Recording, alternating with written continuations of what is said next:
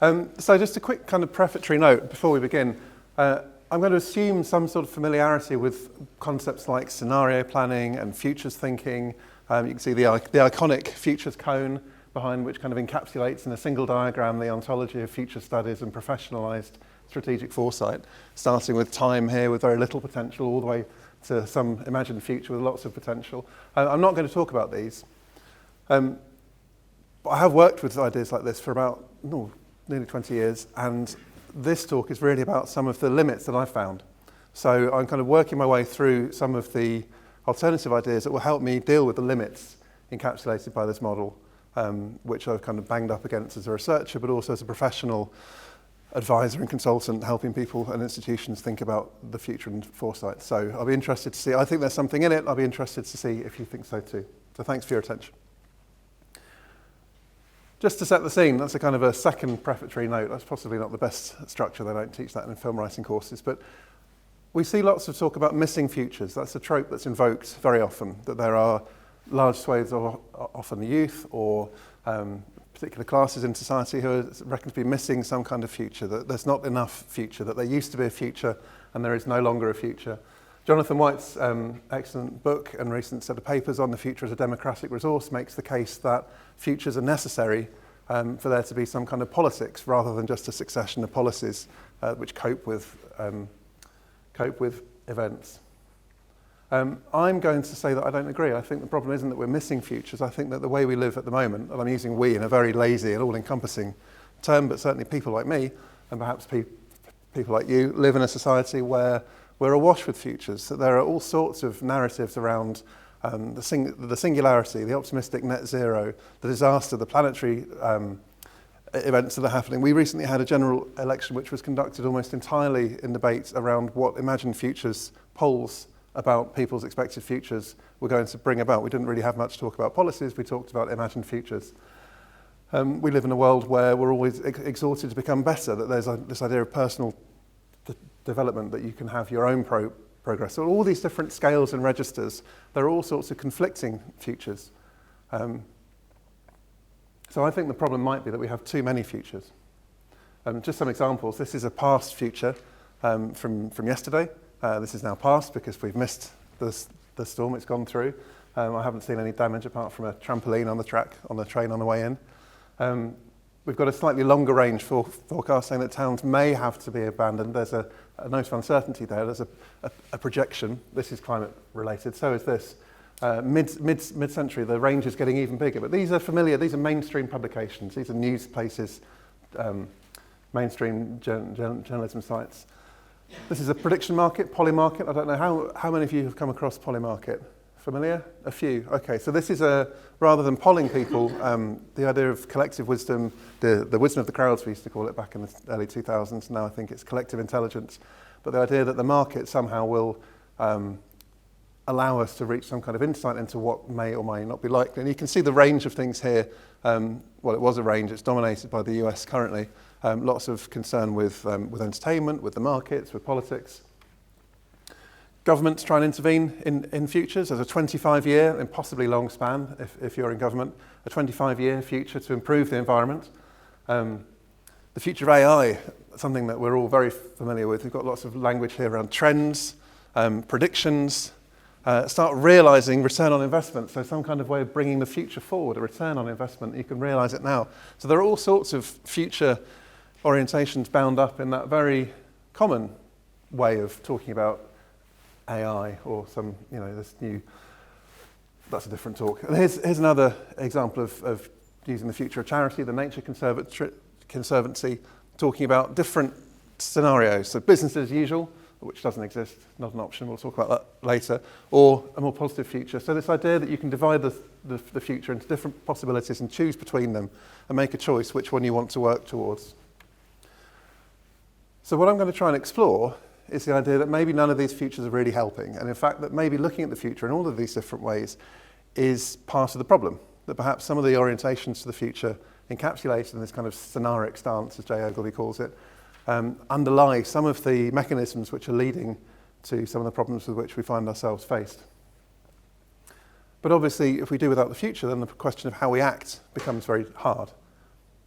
And so what I want to talk about, really, it's kind of two halves. The first half, I'm going to make the case that the future is the problem.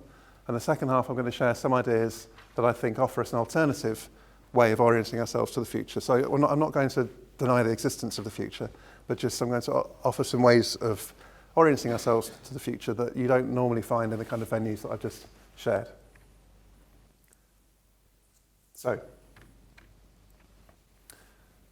the future's always been part of human experience, of course. It's part of lived experience for everyone, human and non-human, that we have the inductive rhythms of the sun rising and falling. We have the kind of the finitude of death. We have all sorts of rhythms and kind of inescapable facts about the world that mean the future is a foundational category of what it means to exist.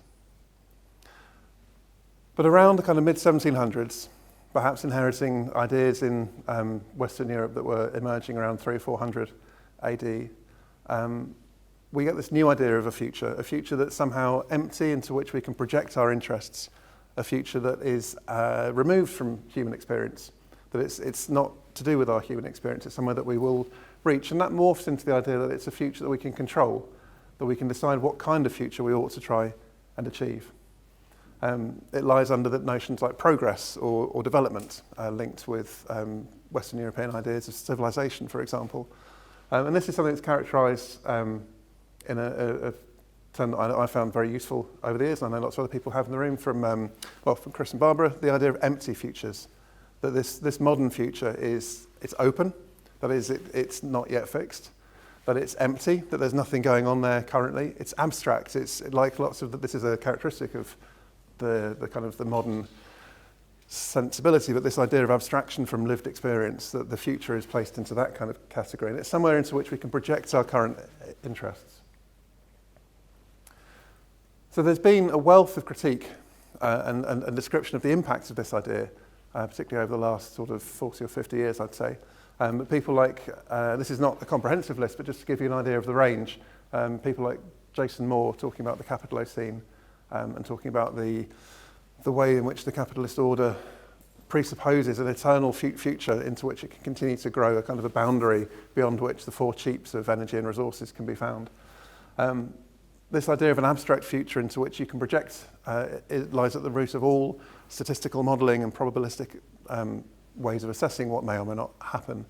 These in turn enable notions of risk, which Ulrich Beck described, and then more recently Louise Amour and Brian Masumi talk about the way in which calculations and projections of risk allow a kind of prefigurative response to things that have not yet become hazards and yet still shape our policies and our resources and the securitisation of venues like airports and schools and streets and so on. Benedict Anderson talks about the state of emergency, which he characterises as coming out of this kind of work as well. So we have this idea of an empty future at the roots of lots of the orientations to the future which take specific form in our contemporary moment, particularly post 9/11. Michel Fair describes the creation of the neoliberal subject as somebody who is perpetually self-appreciating, that their worth is judged by the market, but their worth being judged is the future that is indicated by their present conduct, and that the job of the neoliberal subject is to amass a portfolio of conducts which show the future worth, rather than being judged on your achievement or what you're doing now, or even, heaven forbid, as your worth as a human being. You're judged on what you may likely do in the future.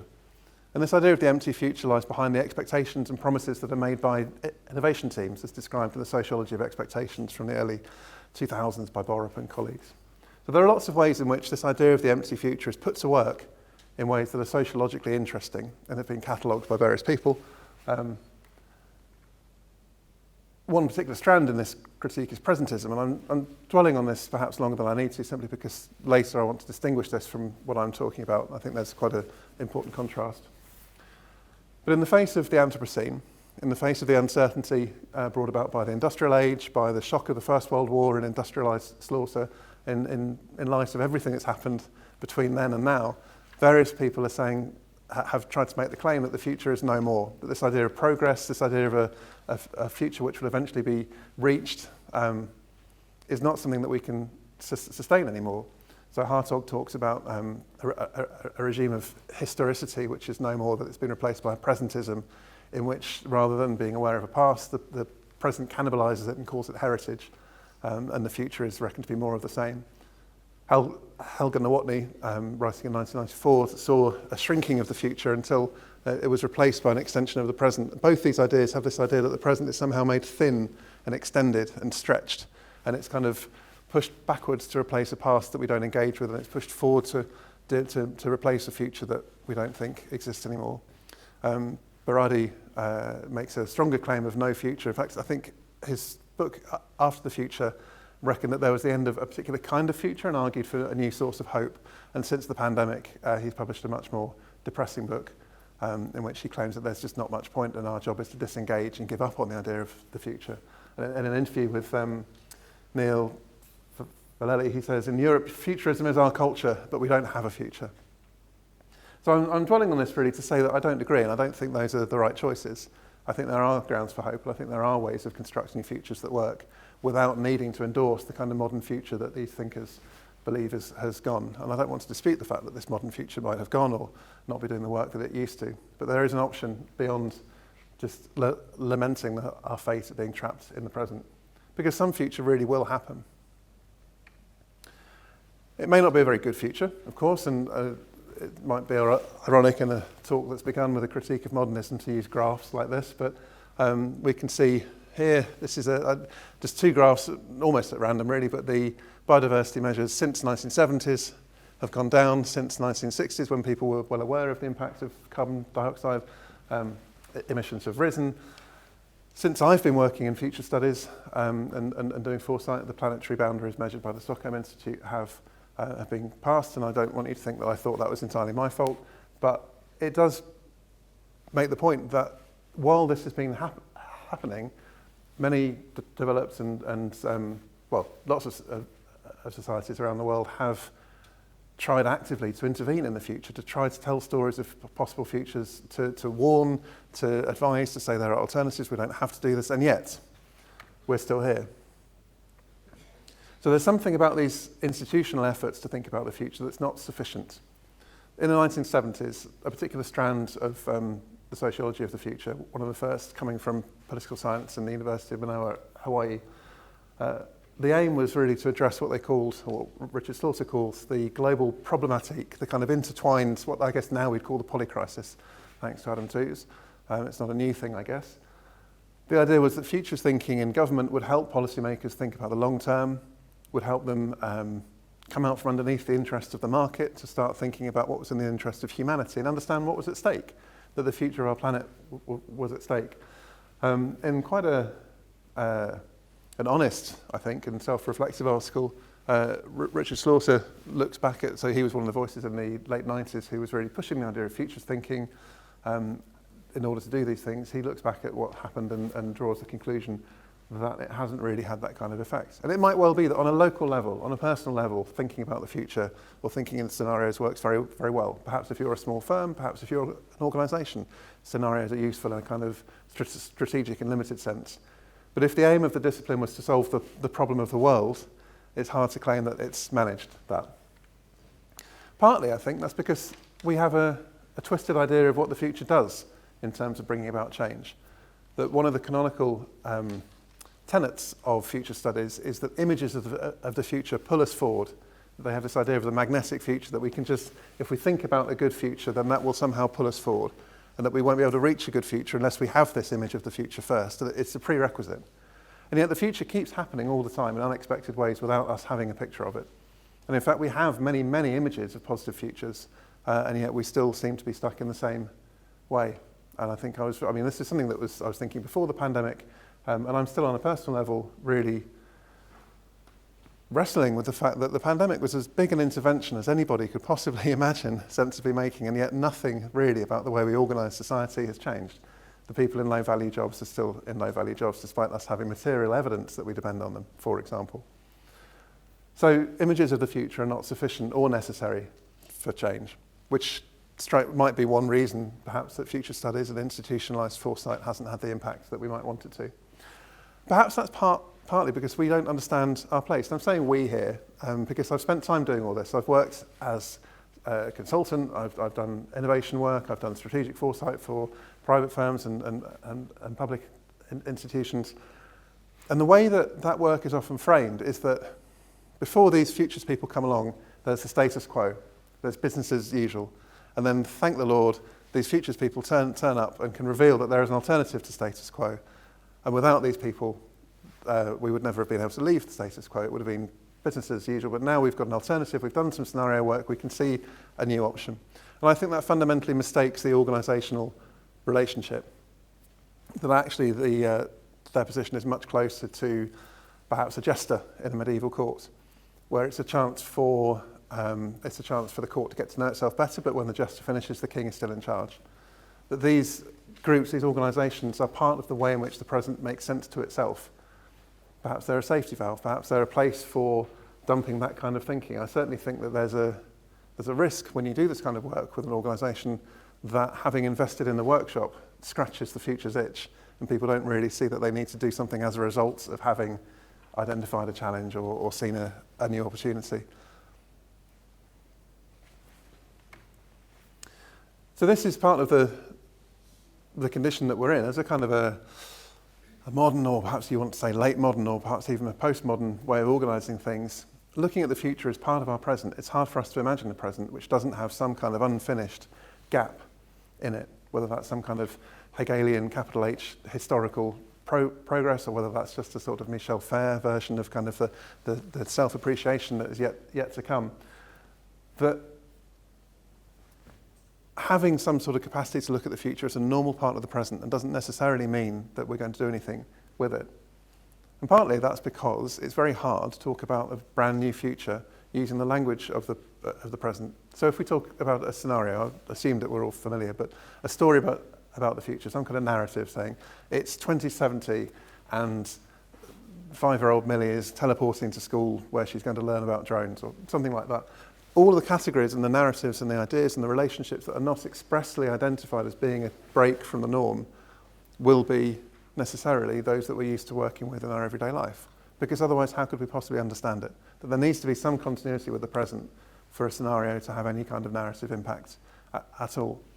But that means that tacitly, every time you talk about something that you haven't identified as changing, it's another vote for a patriarchal way of organising things, for a heteronormative assumption of how households are organised, for the assumption that a national government has a certain right, a certain set of relationships with people, that laws work, that courts work, that there are shared ideas in the future of what justice means and so on. Although we know that all of these features are not givens, they're all things you can historicise, they're all things that you can see were not always there and they may not always be in the future. But every time we tell a story about the future that doesn't question these things, we add a tiny grain of sand, a little tiny vote for their continuing to endure. Another issue with the future is it's very unreliable. It's hard to predict, we know that, but it's also necessarily unreliable. Firstly, through the fact that the world is complex, and that complex systems give rise to emergent things, to novel things, to things that we couldn't have known about before. Not just new things, but new means for bringing other things about. So the kind of causal powers that are latent and imminent within our world, they themselves can give rise to new things that we don't see, that give rise to later futures. That the world itself is necessarily unpredictable, even if we could know everything of it that we want to, which we can't. Unavoidably, we're ignorant about vast amounts of the world. And so the future is unpredictable from an ontological and an epistemic perspective. Added to which, at the current time, what we do know of the world tells us that the structures that give continuity are breaking, that the planetary structures that govern our weather or our ocean currents are not behaving in the same way that they used to. Similarly, that the social structures, the ideas around democracy or law and order or justice or the relationship between a state and its civilians, those are not as they were. So there are many ways in which saying anything about the future is kind of a risk, more than it used to be. It's not just that we can't predict it, it's you can't count on the future. And there's a cruelty here. The American critic Lauren Ballant came up with the idea of cruelty, something that's the desire for something which prevents you achieving what you think you want. So we recognise these problems, whether you call it a problematique or a polycrisis. We think that we need to engage in some kind of intervention in the future, and yet the very tools that we're trying to use to bring about change help us to reproduce the present we're trying to escape. And that kind of cruelty is something that I really want to try and think about how to dodge around, how to escape. So we have a problem. We've got reasons not to think about the future. Even alternative futures are still working with the same model of an empty future in which one future can be traded for another future. How do we act? So there are two ideas that I want to talk about here. One is the thick present, and the other is the idea of the lived future. I'm going to try not to look over here for the next few slides, I think, in case I see you guys wincing.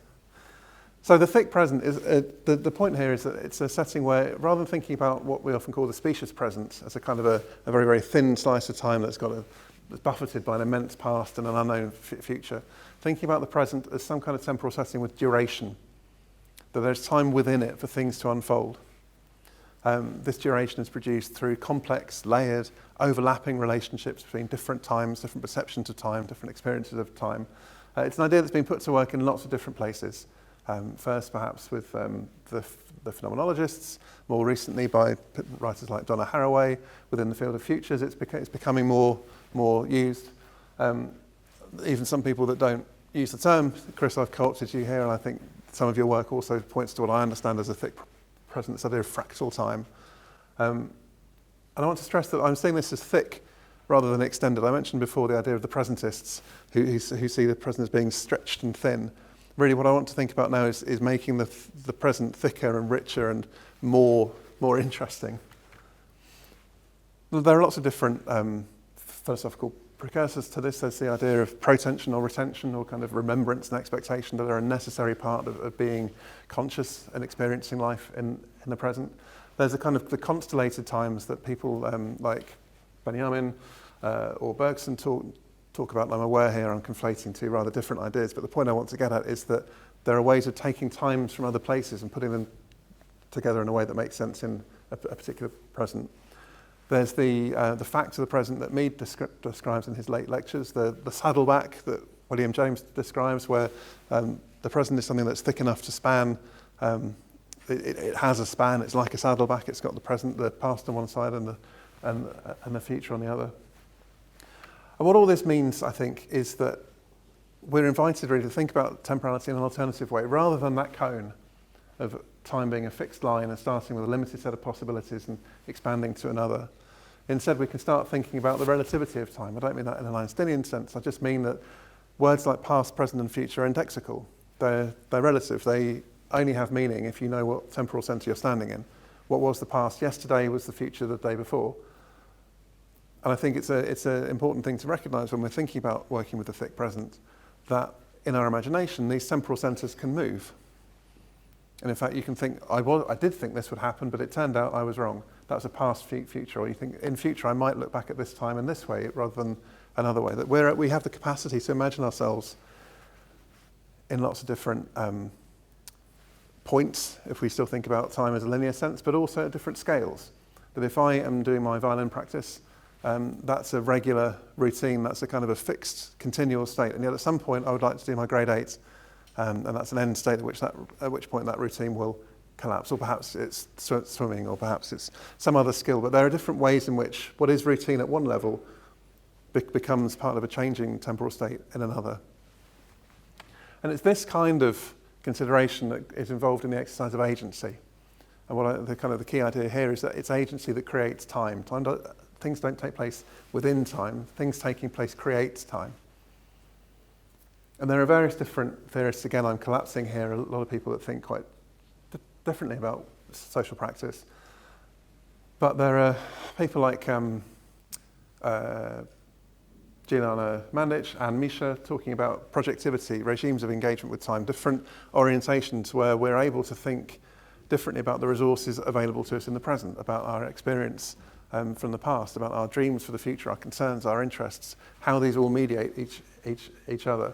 There are lots of different ways of interweaving these different things. If you're interested in this, I recommend the Emma and Misha paper on agency, which has a wonderfully poetic image of tones, different past-oriented, present-oriented, future-oriented tones sounding at once and then sounding within each other again. They have a wonderfully involved way of explaining the kind of complexity that I'm trying to gesture at here. But the point I'm getting at is that there's not a single moment here in this thick present. In the thick present, it's thick to allow for this travel between moments that is a necessary part of how we act. And what I'm saying here is that this is something that people have used to describe how we really do live in the present. This isn't a new way of orienting ourselves. This is what it means to be alive and experiencing. So we have actors. I've introduced the idea of agency. The key thing about actors is they care about things. They have evaluative relationships. They have affective relationships. They're situated in particular contexts. They have particular ways of being in the world. And the principle, so this idea of concerns I take from Margaret Archer, who was always at pains to stress that that individual humans do things because they have things they want to achieve in the world. They have concerns, they have interests, they have relationships to the things that are around them. And the idea of lived futures from Future Masses, Adam and Groves referred there in the corner. The key thing for me here is that they are really existing relations, and that the horizons of care that arise from the attachments, the relationships that everybody necessarily has, and they're situated for particular contacts that are not exchangeable for each other, as opposed to the empty futures that I mentioned previously. Those horizons of care are what give rise to the future. So there's the key change here, I think, from the futures cone model is the idea that futures are in the making, that they're underway, that because these relations are part of the becoming of the thick present, because these relationships are being lived and they're underway, the futures that come with them are also similarly underway. And we could think of them as perhaps imminent, rather than being over there in a kind of spatial destination yet to be reached that we can travel towards, that they're emerging with us right now in this room. So what that means is really recognising things like aspirations and hopes and fears and plans and projects and concerns and interests, and understanding that all of these different ways of orienting to the future are all ways of caring. They're all ways of thinking about what's important to me and to the group that I'm with, to my family, to my colleagues, to my community, to the people who matter to me, and the things and the social practices through which we enact our relationships. So I'm going to connect these ideas now to place and heritage. And the key thing here is this associative idea that as actors we're not capable of being placed in abstract contexts, that we're not the kind of ideal abstract modernist subject, that we each have an individual experience and history which is not replaceable, which we can't replace ourselves, which it is what it is. The situations are what they are. They really do exist, and they condition what we can and can't do, and what we have done and what we will do. And these really come out in the distinction between place and space. So there's a commonly made distinction between a space and a place. A space is a kind of abstract Cartesian two-dimensional grid that's overlaid in the place. It's an abstract conception of topology. And a place is what happens to a space when it becomes meaningful to people through their experience. And I think there are ways of engaging with slightly more complex ways of phrasing that. For example, Tuan in his 1977 book, Space and Place, describes the movement of bodies through a space. So it's not like you have a space first and then you put placeness on top of it. It's the act of inhabiting a space that affords you the opportunity to experience it in a way that gives it meaning. Paul Dowrish talks about he invokes this model of the layer cake theory of space and place, where you have an abstract space and then another layer of place on top. And he points out that actually many of the social practices that construct space are also themselves socially situated. If you're going to draw a map with a grid, there's a reason for you to do that. That you're working for an institution for which that will be useful. You're going to navigate somewhere. You need a map. You've got some kind of social reason for constructing space in that way. And he suggests that place actually comes first. Inescapably, we experience the world first, and then sometimes we have socially constructed reasons to try and represent it in abstract terms. So that's a kind of a flip there. Lefebvre, talking about the social production of space, has three different ways in which these ideas are kind of intermingled a bit more. That there's what people actually do in space, it's the kind of negotiations, the contestations, the arrangements of different bodies in space.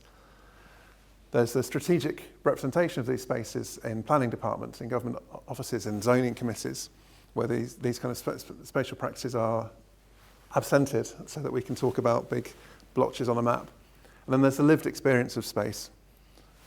And it's only through understanding the interaction of these three modes of space becoming that we can really get a sense of what's going on. The point here isn't to try and nail any colours to any masts here. It's just to say that the relationship between space and place is complex.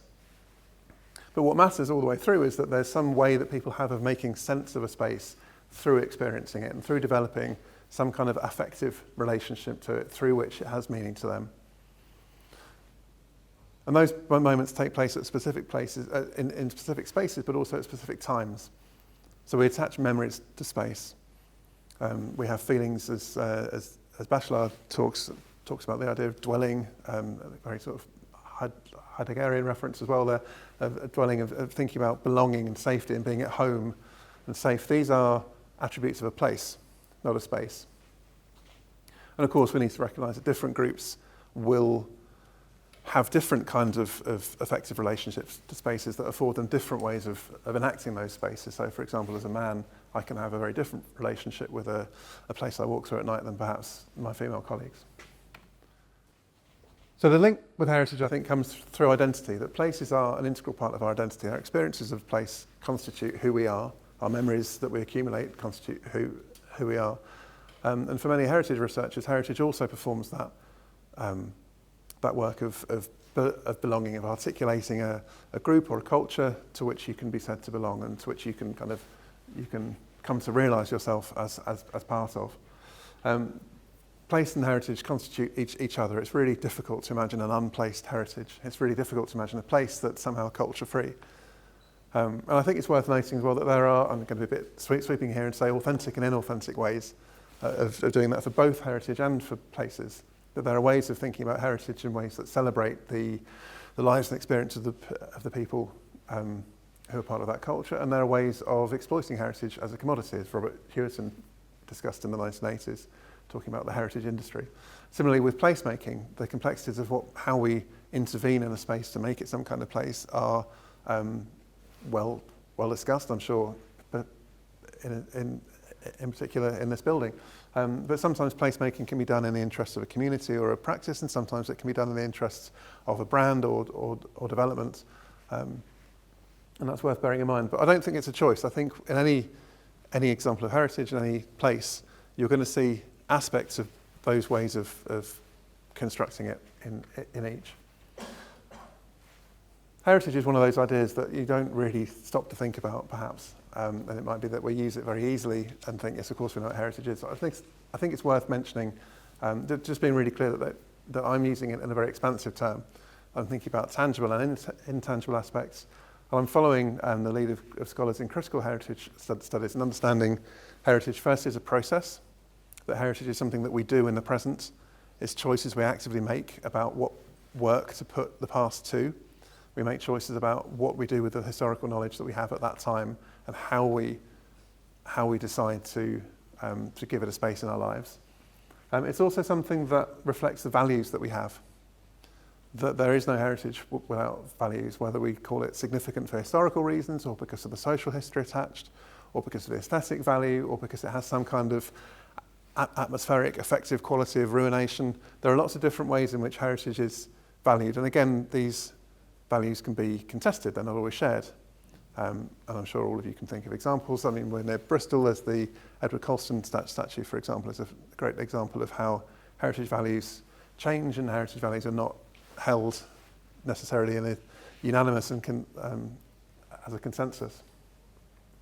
Some examples, I guess. So this is the Pentre Ifan dolmen in Pembrokeshire. What I love about this is that there's this big absence, which I only know about because of the interpretive work done by Cadua to make sure that not only did they take this big photo, but they also made sure I could see a reconstruction of it, that it's not just the thing itself, it's also the work of interpretation and presentation and naming and celebration that goes on around this site that makes it a piece of heritage. But to look at it, you can see the sky, but you wouldn't be able to see the sky in some other form. And it's, to me, one way of looking at that could be, well, it's past, it's gone, but another way is its potential, that it's there to be filled in, you know? There's another example of heritage, a recently declared UNESCO World Heritage Site. This is the Flow country in Scotland. This is a peat bog, which is recognised as heritage. So we've now moved recently to thinking of heritage as landscapes, as natural. It doesn't necessarily need to be something that we built as humans. It can be something that we recognise as important and that we value, and therefore need to take steps to recognise and protect. In some cases, peat bogs are more closely linked with social history. For example, here, the industrial sites that use peat bogs for fuel. I got this partly because of this wonderful sentence, 10,000 years in the making and launched today. Just as some civil servant is very sure of themselves. That tickled me.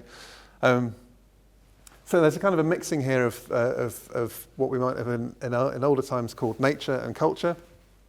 We're talking about natural and human, that there are all these distinctions that it's very hard to sustain the distinction between them when we're looking at the kind of things that we really do value as heritage. This is heritage that's important to me. This is Dunstanburgh Castle, and again, it looks unfinished. I know really what's happened is that the walls have fallen down if you're looking at a kind of a linear orientation of time, but it also looks like a sand sculpture, doesn't it? Wet sand being dropped. It looks like it's incomplete. There's still this gap where there's the potential for what this was to become new again. So there's something kind of half glimpsed about heritage, which I think is evocative of the future as much as the past. This is meaningful to me because of the holidays that we took in Northumberland. This isn't just a travelogue, I promise it's not just my holiday snaps. The point I'm trying to make is that this castle came into being because of mechanisms and events that were nothing to do with me, and yet I still have an effective relationship with it. I have memories that are particular to me, that are to do with the people we go and see, to do with the music that we played when we went to the northeast, to do with the walks that we had, the age I was, the romantic ideas I had about castles. And that's true for every visitor, not my experiences, but everybody that values the work the National Trust do in keeping this up, have their own set of effective relationships that make this heritage. Different kind of heritage, again, something very important to me, a fantastic venue in my sort of early teens, growing up near Milton Keynes. This is The Point, the UK's first multiplex. And it's interesting here, I think, because it doesn't fit the narrative. A dolmen and a castle, they're definitely heritage. We all know that fits. The 20th Century Society worked very hard to kind of expand our sense of what the built environment might include as heritage. And they're making the point here that this is an important building.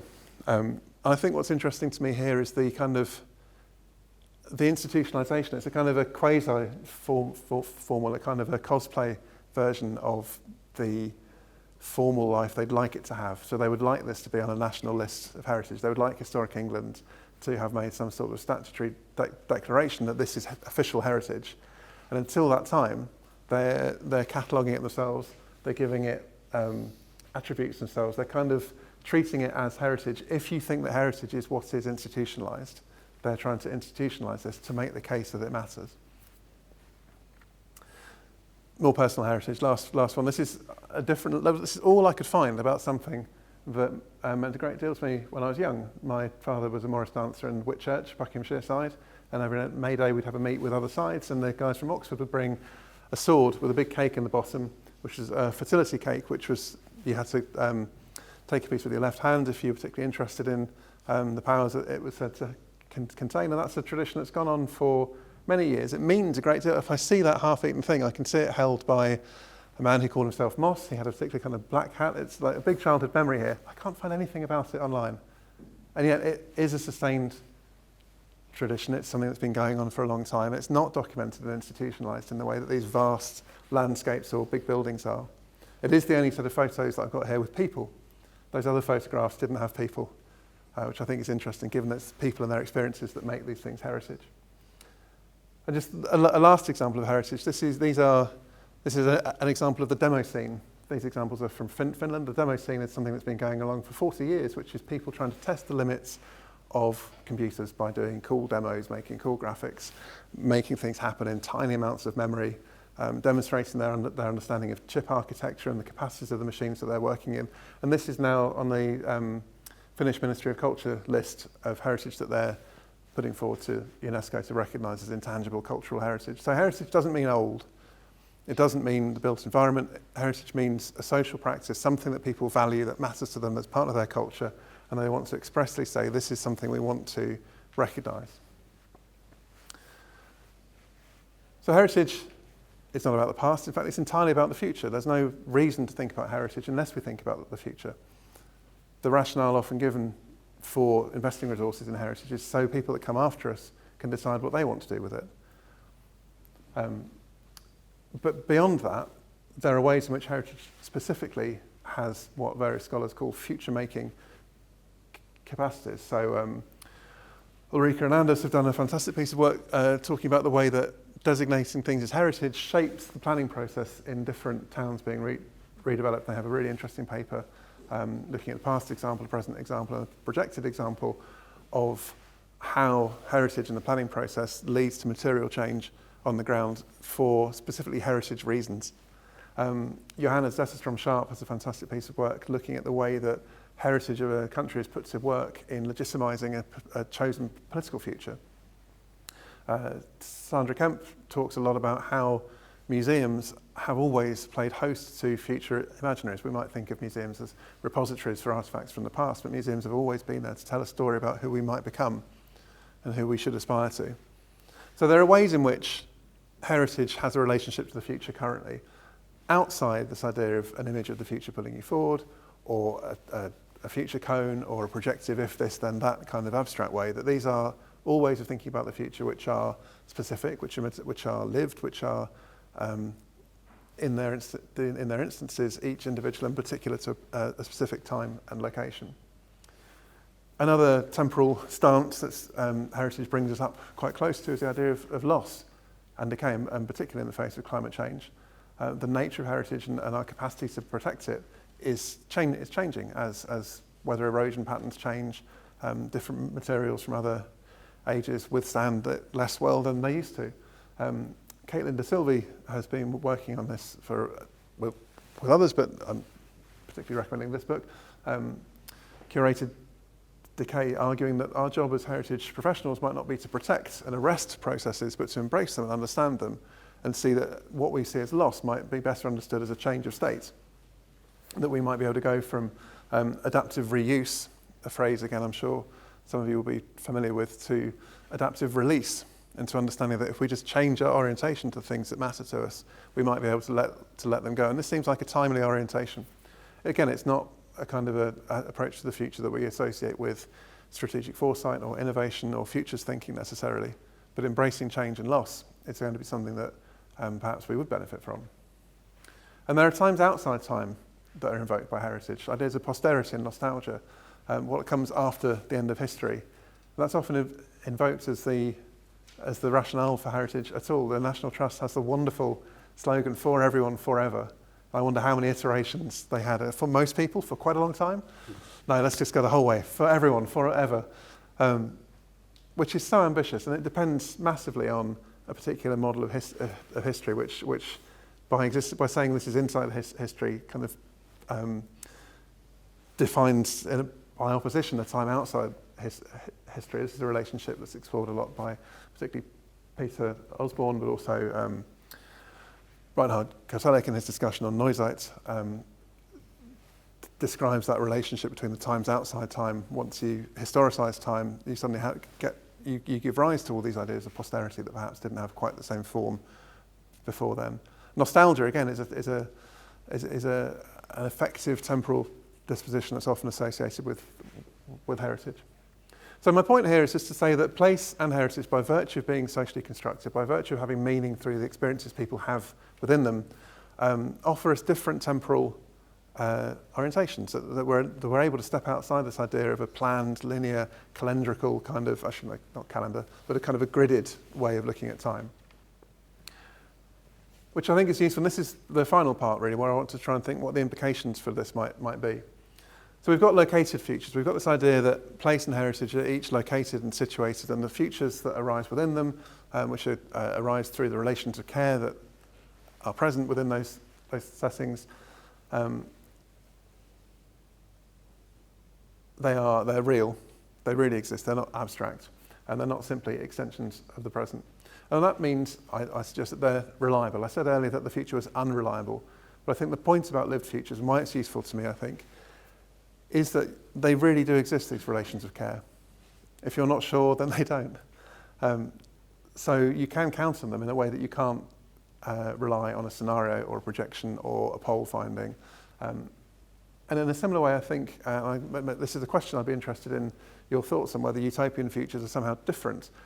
I think they're worth distinguishing. Utopian futures are reliable because they can be relied upon never to take place. There's no maybe about a utopian future. It's definitely not happening. Yet it still serves a purpose for giving us ideals, for giving us hope, for giving us aspirations, for having ideas of love and justice and ideals, a notion of human flourishing, that there are things that we can work towards that underlie the concerns and interest that I argue are situated within the thick present and which give rise to those relations of care. So from either side, really, we've got these ways of looking at the future which are more reliable than the kind of empty modern future which lies at the root of our issues. And so in practice, what that means for people designing buildings or policy groups working to improve aspects of society, this is an invitation to think about maintenance. That in order to care for something, in practice that means thinking about when repair is necessary, when maintenance is necessary. And to do that, you understand that this is a continual production. That the branch of science and technology studies concerned with maintenance and repair has for the last sort of 15, 20 years been very vocal about the relationship between how things are and the continual unsung work that is needed to keep things seemingly static as they are. That without the work of maintenance and repair, without technicians, without cleaners, without craftsmen, without skilled people, that things don't carry on by accident by themselves, that they're really lived and performed and enacted. And this is the flip side to innovation. So innovation depends on there already being this cadre of people working to repair and maintain and keep the base of the present solid. But what really appeals to me about this idea of maintenance as a future orientation is it can be future agnostic, that there is no need for an image of the future, that you can be led purely by your sense that something's important and it needs to be looked after, that something ought to be kept intact, that something ought to be maintained, that to repair something shows that I care about it. Doing that will lead it into a future, but you haven't needed to commit to a particular scenario or a particular image, or to choose this image over that image, or to swap or trade this image over that image. That you're still producing the future, you're still ensuring that there's a future, you're still belying the presentist argument that there is no future, but you're also avoiding the trap of needing to pick a future before you can act. So I think that's really the key point, that through acting and through acting with care, we can produce a future which I think is free of many of the traps and snares of the unreliable, cruel, abstract futures. So what that might mean in terms of the policy groups that I used to work with and still am exploring this idea with in practice, this might mean a reappraisal of what we're here to do. That instead of trying to think, how can we innovate, how can we intervene, how can we make change, you might start with the question, what matters to us, what needs to be protected? Instead of thinking what threats are emerging, what horizon scan of risks are we going to respond to, you might think, well, how can we ensure that the things in our charge, the things for which we've been given care, how can we make sure that they endure? So there are a whole bunch of practical questions, I think, which change the strategic focus of policy groups with the responsibility for the way we order things. But what if we downplayed innovation and emphasised repair? What if we engaged carefully with the idea of how to establish in a fair and democratic way what's valued and what we choose to value, rather than the way in which, the fairly arbitrary way we've chosen to celebrate heritage through imperial success, for example, or through class kind of achievements? How do we, if this is something that bothers us, how do we avoid those kind of discussions of values leading to reactionary and conservative choices? How do we make sure that the kind of futures we're bringing about through care are an improvement on the present order? How do we make that case in a way that's fair and not just an imposition of one set of values over another? Is thinking this way ever a good reason for people to do nothing? Part of the problem with the modern future is it always invites action, that there's a constant gap for activity and resources to fall into. And perhaps sometimes the best thing is to be able to say, we've looked at the future, and we think the best thing to do is to carry on as we are for the moment, that this is a 30-year job or a 40-year job, or what we need to do is just make sure this investment is maintained. Is there a way that this future orientation might enable people to not meddle if they don't need to, and to continue doing stuff, trusting that it is the right thing to continue doing and not see change for change's sake? And how can a policy team that's been given charge of something accept the loss of something that they're responsible for. So that's it, really. I think that thinking about a thick present allows us to think really carefully about the futures that we create and how we create them. It licenses starting with values and starting with what matters to us and articulating that before we think about the future, because we recognise that futures, meaningful, reliable futures, only come from what matters to us. And it allows us to go the whole way. Too often, I think, in the circles that I've moved in, we've thought that looking for positive futures is an end in itself.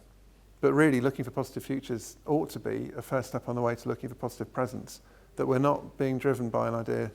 We shouldn't be driven by a need to create wonderful stories of a future that's not yet happened. The focus should be on making sure that this present and future presents are good. And in that way, we'll be able to refuse the too many futures that I described at the beginning and be able to step out from underneath all of them. So really, I think the key thing for me is if we try and do without the future, that's hopeless. But if we try and do things in a way that means we don't need to rely on the future, then that can be liberating. And this one, Donna Haraway always has the quote, "Staying with the trouble does not require such a relationship to time as called the future, that it's okay to get on in the present and do the work that you see you need to do." And this is a closing example of a space and a place. This is the White Horse in Uffington. I'm one of these, I can't remember which one of these two yellow dots is me, and that's a chart. This is work we've been doing with the National Trust to maintain it. If this was left for between 10 and 30 years, depending on who you speak to, it would be overgrown. And it's around 3,500 years old, which means that for that whole 3,500 years, every 3 decades or so, some group of humans living nearby think it's worthwhile to maintain it and repair it. And they didn't know what kind of future was going to come about. They didn't know that we'd have a drone to take a shot of it. They probably thought about it for completely different reasons to us. The values that they had allowed them to ensure it endured. They're not necessarily the same values that we have. But this is a kind of a tangible example, I think, of culture producing something which is both heritage, it's very specifically a place, and it's also an example of how you can progress into the future without necessarily needing to adopt the kind of modernist trope of images of the future to strive for. So thanks very much.